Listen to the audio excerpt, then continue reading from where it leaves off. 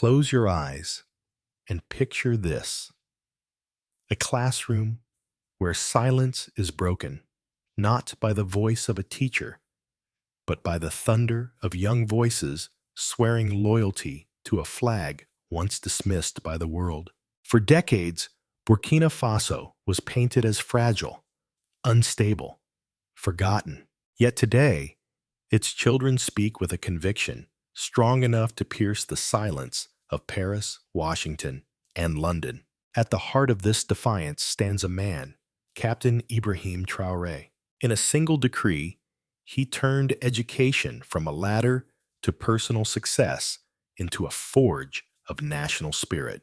Books alone no longer define progress. Discipline, dignity, and devotion to the homeland have become the new curriculum.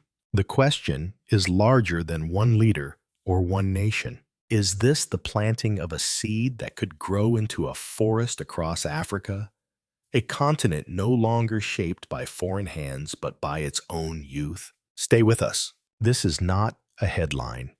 It is history in the making. Subscribe now, share this story, and walk with us through the path that may reshape a nation. The decree did not arrive with fanfare or fireworks. It came with ink on paper, a signature from Ibrahim Traoré, but its resonance was seismic. Overnight, education in Burkina Faso was no longer a simple transaction of textbooks, tests, and certificates.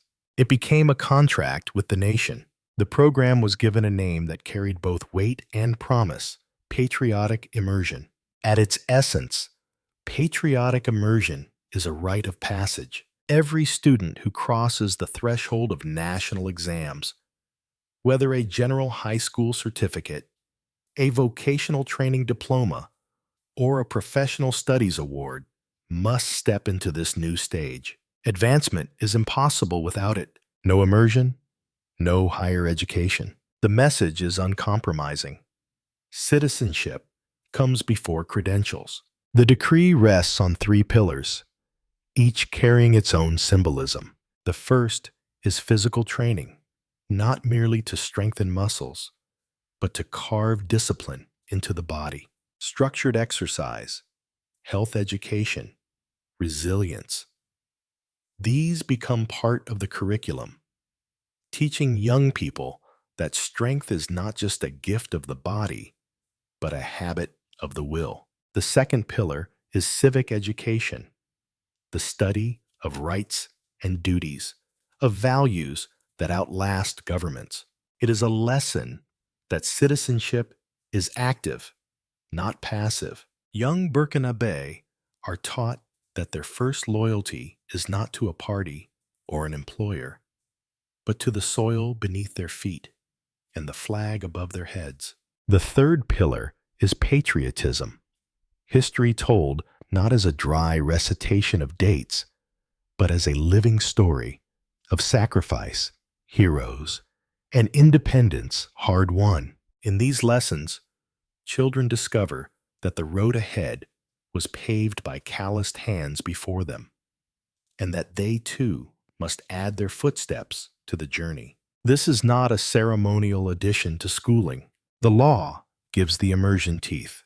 Attendance is mandatory. Refusal means exclusion from further studies and penalties of community service. Even after service, the immersion must still be completed unless the state itself grants exemption.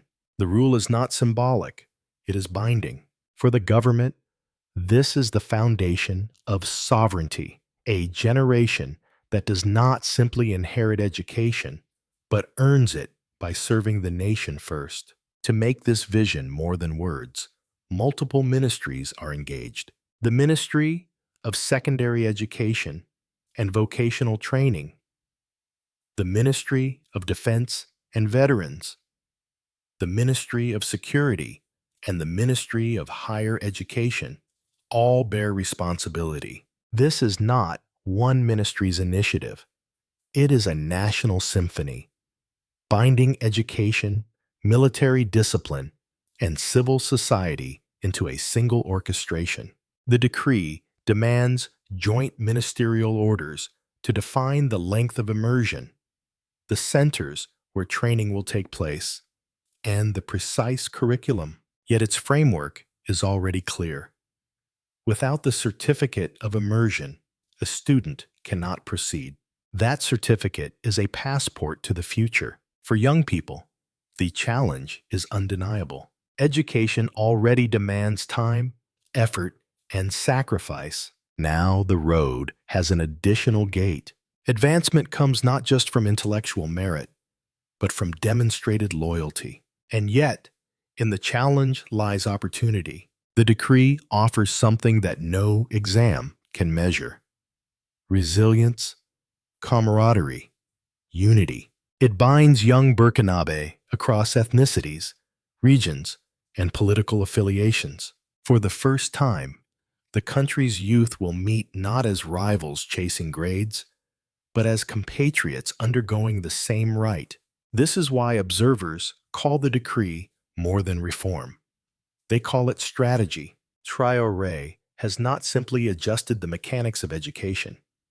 He has redrawn its purpose. Schools are no longer factories of diplomas, but nurseries of citizens. Lessons that once stood at the margins, civic duty, national unity, now sit at the core. The decree reframes education not as a ladder out of poverty, but as a bridge into shared nationhood.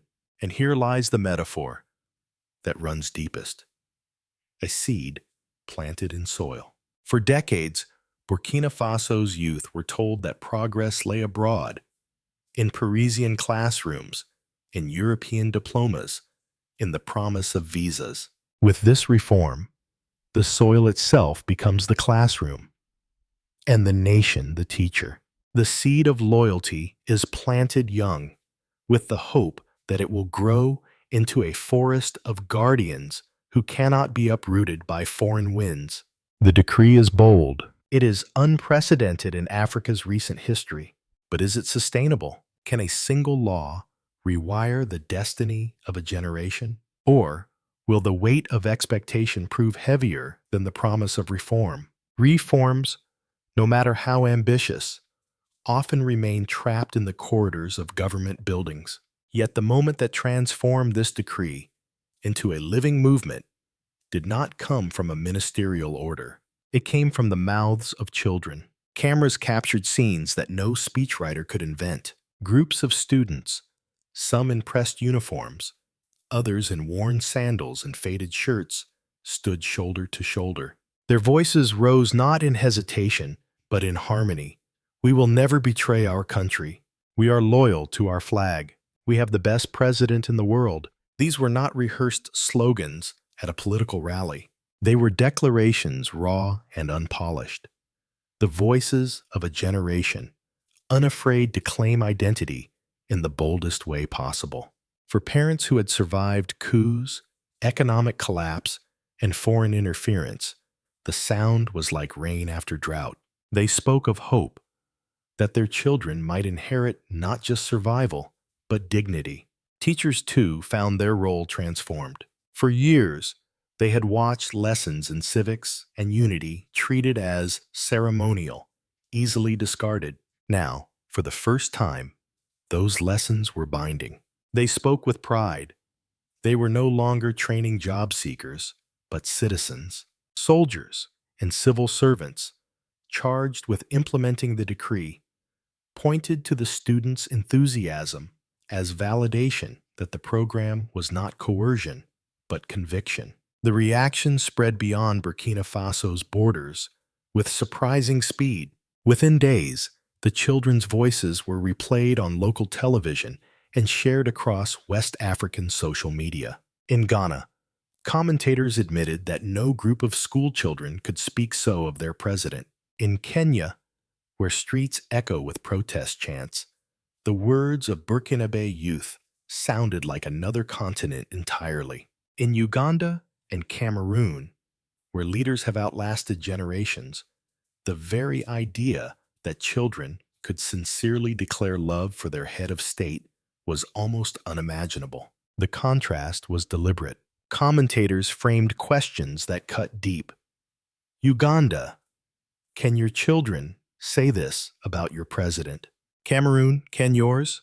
Kenya, can you? These questions resonated painfully, forcing comparisons not only of policy, but of legitimacy. The voices of Burkinabe children became a mirror held up to the continent. Internationally, the resonance was equally striking. Across Francophone Africa, hashtags multiplied, loyal to our flag. The future belongs to the brave. Murals appeared in Ouagadougou and Bobo Dioulasso, painting patriotism on concrete walls.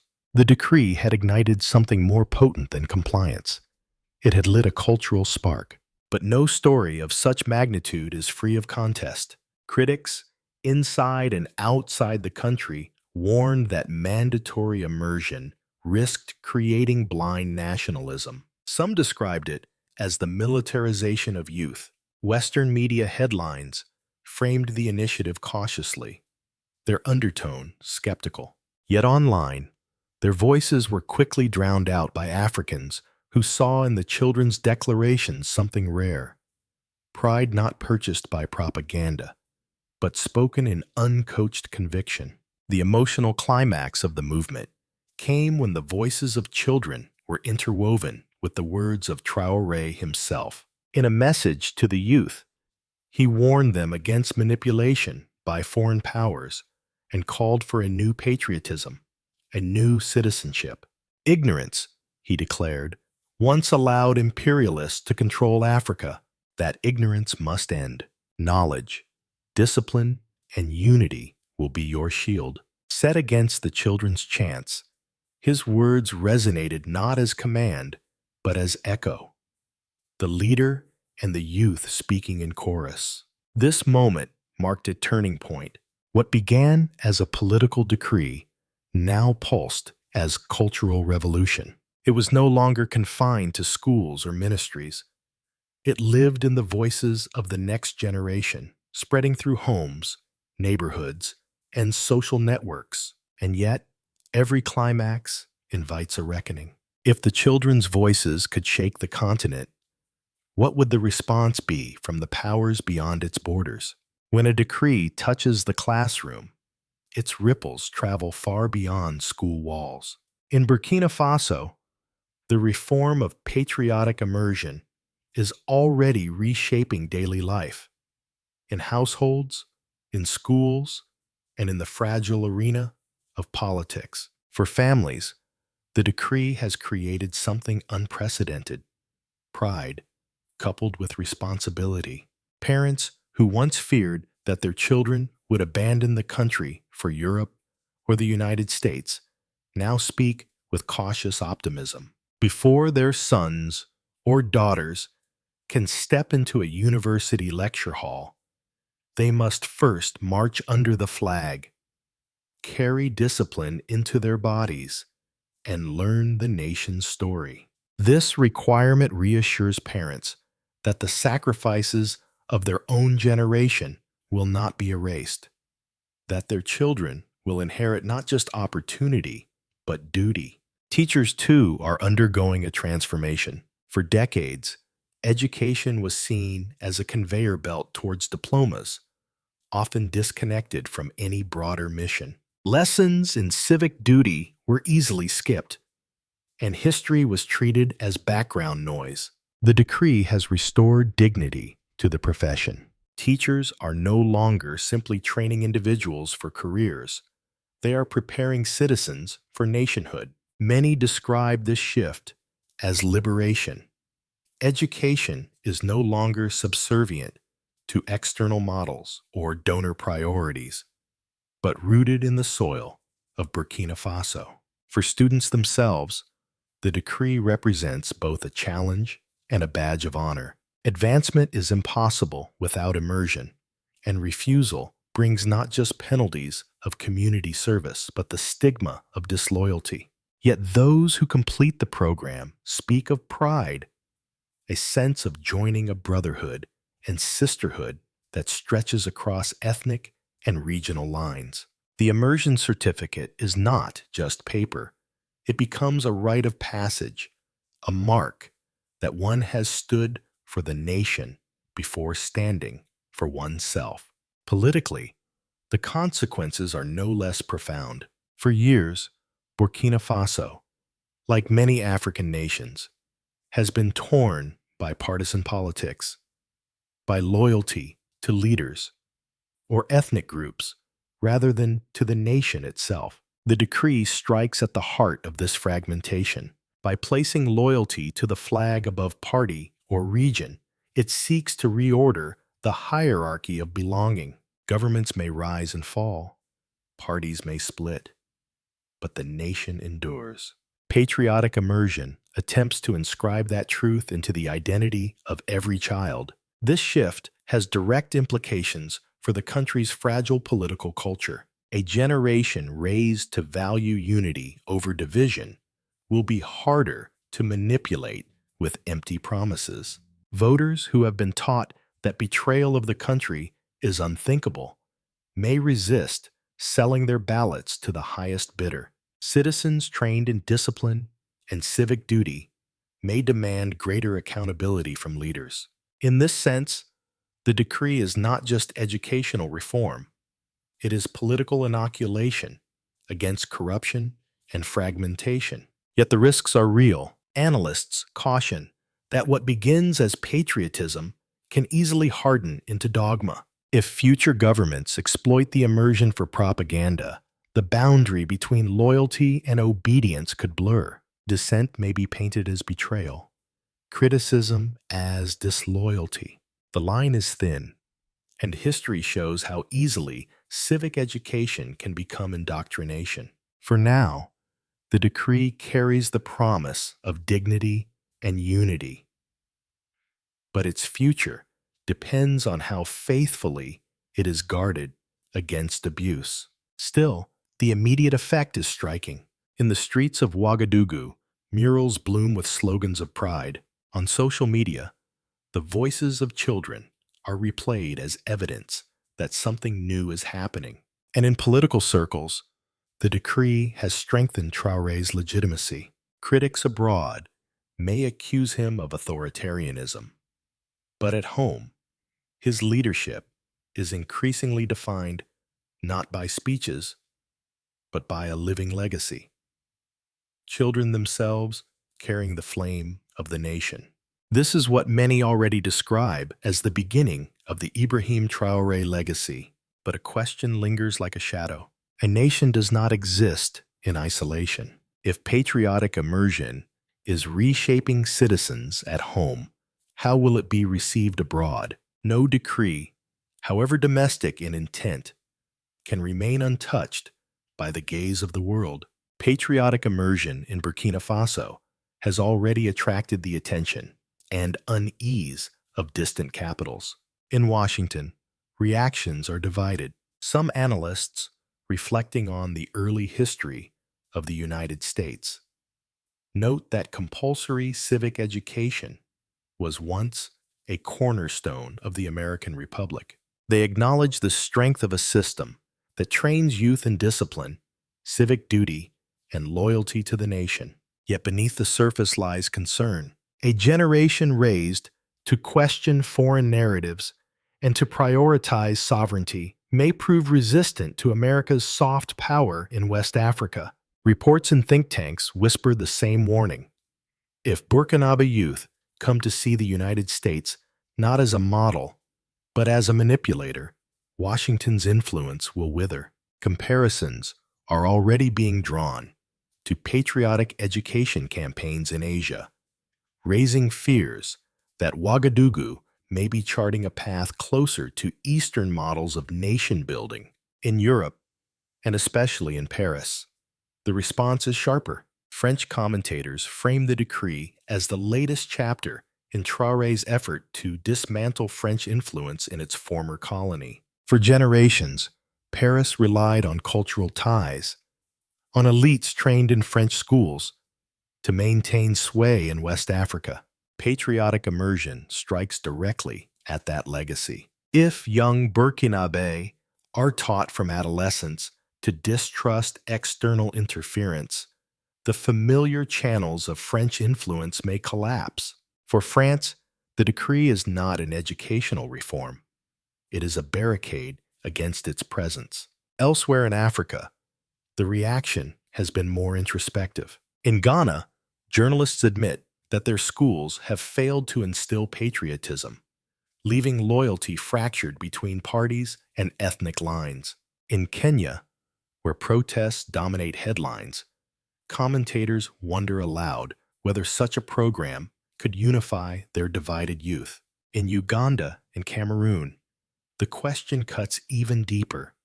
Could children in those countries ever speak of their presidents with the same conviction as Burkina Faso children spoke of Traoré? The comparison is not flattering, and it raises uncomfortable truths about leadership, legitimacy, and generational trust. The debate is not only about policy, but about symbolism. Supporters hail the decree as the birth of a new African model, one that chooses sovereignty over dependency, unity over division. Critics warn of indoctrination and the danger of enforced loyalty. But even the harshest criticisms acknowledge the same fact. Burkina Faso has forced its way onto the map of global politics as a laboratory of ideas. Its model of patriotic education may remain isolated, or it may spread, and in that possibility lies both hope and fear. This is why observers increasingly speak not just of education, but of vision. For some, patriotic immersion is not merely a law. It is the foundation of an Ibrahim Traoré Vision 2050, a long-term project to create a generation immune to manipulation and anchored in sovereignty. Whether that vision succeeds or falters will shape not only Burkina Faso, but Africa's place in the world. But visions carry consequences. If the world sees a generation rising in loyalty to their own soil, how long before pressure mounts? Economic, diplomatic, even military, to test the strength of that conviction? Every reform plants a seed, but whether that seed grows into a harvest or withers in the dust depends on the care it receives. Patriotic immersion has already stirred pride, unity, and debate, but its true measure lies not in today's headlines, but in tomorrow's reality. The opportunities are significant. For the first time, Burkina Faso is shaping a generation that sees education not as escape, but as belonging. A young person who has marched under the flag, studied the sacrifices of independence, and trained in resilience is less likely to abandon their homeland at the first chance of departure. They are more likely to remain, to build, to defend. This, in essence, is the long-term vision, a social contract renewed between the state and its people. Economically, the potential is profound. A disciplined, united youth can become the backbone of development, less vulnerable to corruption, more committed to collective progress. Politically, patriotic immersion could weaken the culture of patronage and division that has haunted the nation for decades. A citizen who places loyalty to the nation above party will be harder to manipulate, harder to divide. For a country scarred by coups and instability, this could be the first step toward lasting cohesion. Yet the risks stand in equal measure. If the program drifts into coercion, it could breed resentment instead of loyalty. If future governments exploit it for propaganda, dissent may be silenced in the name of unity. And if external powers view the decree as a threat, Burkina Faso could face renewed pressures, sanctions, economic isolation, or destabilization. The line between empowerment and indoctrination is razor thin, and the challenge will be to guard against misuse while protecting the reform spirit. Still, hope outweighs fear. Across the nation, parents speak of pride, teachers of renewed purpose, and children of loyalty. The decree has done what few policies achieve. It has transformed not only institutions, but imaginations. The image of school children chanting for their flag has become more than a moment. It is a symbol that Burkina Faso, long dismissed as fragile, can be bold. The road ahead is uncertain, but it is also luminous. If patriotic immersion remains true to its promise, it can become a beacon for Africa. Proof that sovereignty begins not in parliaments or palaces, but in classrooms and training fields. It can signal that dignity is taught, that unity is learned, and that freedom is forged not once in history, but daily in the hearts of the young. And so the question remains, will this seed grow into a forest of citizens who cannot be bribed, cannot be divided, and cannot be manipulated? Or will the weight of expectation crush it before it blooms? The answer belongs not to today's leaders, but to tomorrow's children, those whose voices already echo with a promise of a nation reborn. History often records nations by their crises, the coups, the collapses, the struggles. Yet what is happening in Burkina Faso today offers another possibility: to be remembered not for defeat, but for rebirth. Patriotic immersion is more than an educational policy. It is a declaration that the next generation will be raised with dignity, with memory, with loyalty to the soil that bore them. For Ibrahim Traoré, this decree is not simply governance, it is legacy. The Ibrahim Traoré Legacy will not be written in speeches or decrees alone, but in the lived experiences of young Burkinabe who grow up with a renewed sense of nationhood. Each child who carries a certificate of immersion also carries a story that before chasing a personal dream, they stood for the collective dream of their country. That is a legacy stronger than office, stronger than power. But legacies must face the test of time. Will patriotic immersion remain a tool for dignity, or will it drift into uniformity? Will it create citizens who can think critically, or merely subjects who obey? These questions will decide whether the reform strengthens or suffocates the very spirit it seeks to protect. For now, the signs point to hope.